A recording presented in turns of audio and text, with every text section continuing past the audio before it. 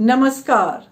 आज मैं आपको एक स्टोरी सुनाने जा रही हूँ जो बहुत सारे सवालों का जवाब लिए हुए है। दोस्तों, चाइना में एक फेमस दार्शनिक थे लाओ त्सु, जो बहुत ही ज्ञानी थे। उनका ज्ञान का लेवल जो है वो दूर दूर तक फैलता जा रहा था। उसी देश में एक राजा था जो बहुत सारी किताबों का ज्ञान लिए हुआ था, दुनिया के तमाम प्रकार के ग्रंथ पढ़ा था। तो उसे लगा कि चलो मैं लाओ त्सु का एग्जाम लेता हूँ। तो वो लाओ त्सु के पास में आया और बोला, मुझे अपना शिष्य बना लो, मुझे बताओ कि ईश्वर कैसे मिलेगा। तो लाओ त्सु ने बोला कि मुझे तो कुछ भी नहीं आता, तुम खाली ही मेरे पास में आए हो, यहाँ से तो तुम खाली हाथ जाओगे। यदि तुम्हें कुछ सीखना है तो तुम राम भरोसे से जाकर सीखो। तो राजा ने बहुत रिक्वेस्ट किया कि तुम मुझे झूठ बोल रहे हो, दुनिया में तुम्हारा नाम है, तुम बताओ मुझे ईश्वर की कैसे प्राप्ति होगी।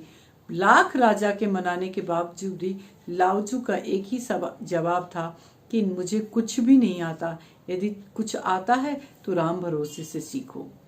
तो राजा ने राम भरोसे का पता लिया और राम भरोसे के ढूंढते ढूंढते उस गांव तक पहुंचा जहां पर राम भरोसे रहता था। जब गांव वालों से राजा ने राम भरोसे का पता पूछा तो गांव वालों ने बोला, अरे वो पागल होगा किसी मंदिर में पड़ा हुआ। तो गांव वालों ने राजा को उस राम भरोसे के पास में लेकर गया।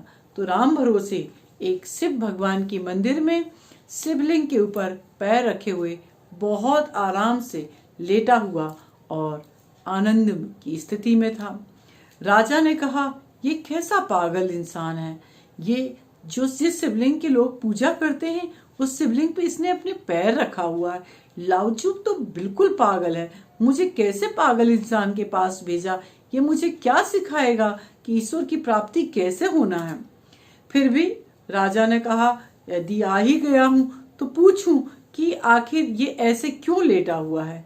तो राजा ने कहा कि आप जिस शिवलिंग की लोग पूजा करते हैं उस शिवलिंग पे पैर रखे हुए आप लेटे हुए हो और आप कुछ मंत्र जाप भी नहीं कर रहे हो, किसी प्रकार की साधना नहीं कर रहे हो, ये क्या है।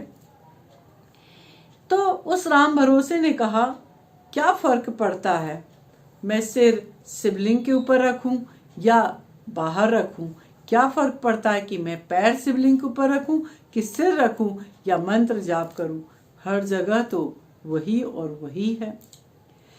तो राजा को कुछ बात समझ में आया, लेकिन वो बड़ा आश्चर्य में था क्योंकि उसे सोचने में समय लग रहा था। इतने दिनों के जो इतने ज्ञान थे वो ज्ञान उसको बहुत कंट्राडिक्टरी लग रहा था। तो राजा कुछ समय तक वहां बैठा, केवल उसके राम भरोसे के चाल ढाल को देख रहा था। राम भरोसे लेटे लेटे आनंदमय की स्थिति में केवल एक मुस्कुराहट ही दे रहा था और कोई ज्ञान की बात नहीं किया। तो राजा उठकर आने लगा। तो राम भरोसे ने कहा कि नहीं, ठहरो, जब तुम आए ही हो तो खाना खाकर जाओ। तो राजा को बार बार राजा ने मना किया, फिर भी राम भरोसे ने इंसिस्ट किया। राजा रुका, बोला ठीक है, आया हूं तो खाकर ही जाता हूं। तो राम भरोसे ने बैठाया, गया 5 घर से दान दक्षिणा मांगा, आटा लेकर आया, उसका खाना बनाया। जब वो बाटियां बनाया तो एक कुत्ता आया और वो बाटी उठाकर भागने लगा। तो राम भरोसे घी का कटोरा लेकर रुक राम करते हुए उस कुत्ते को पकड़ने के लिए वो दौड़ते रहे।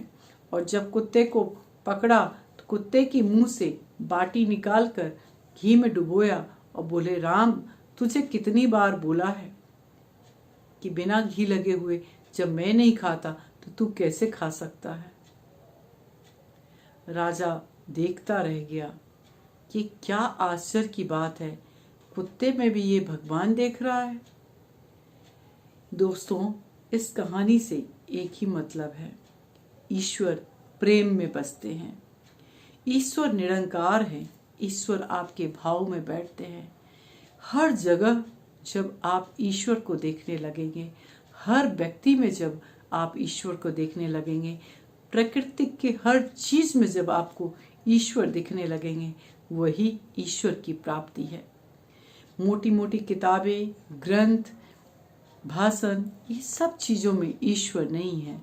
ईश्वर तो प्रेम में है। जो प्रेम आपके अंदर से बहता है, हर चीज़ तक पहुंचता है, ईश्वर उसमें है। और यही इस कहानी का मकसद था कि ईश्वर तो आपके विचारों में है, आपकी हर दृष्टि में है, आपकी हर समझ में है। क्या फर्क पड़ता है शिवलिंग के ऊपर पैर रखें या सिर रखें?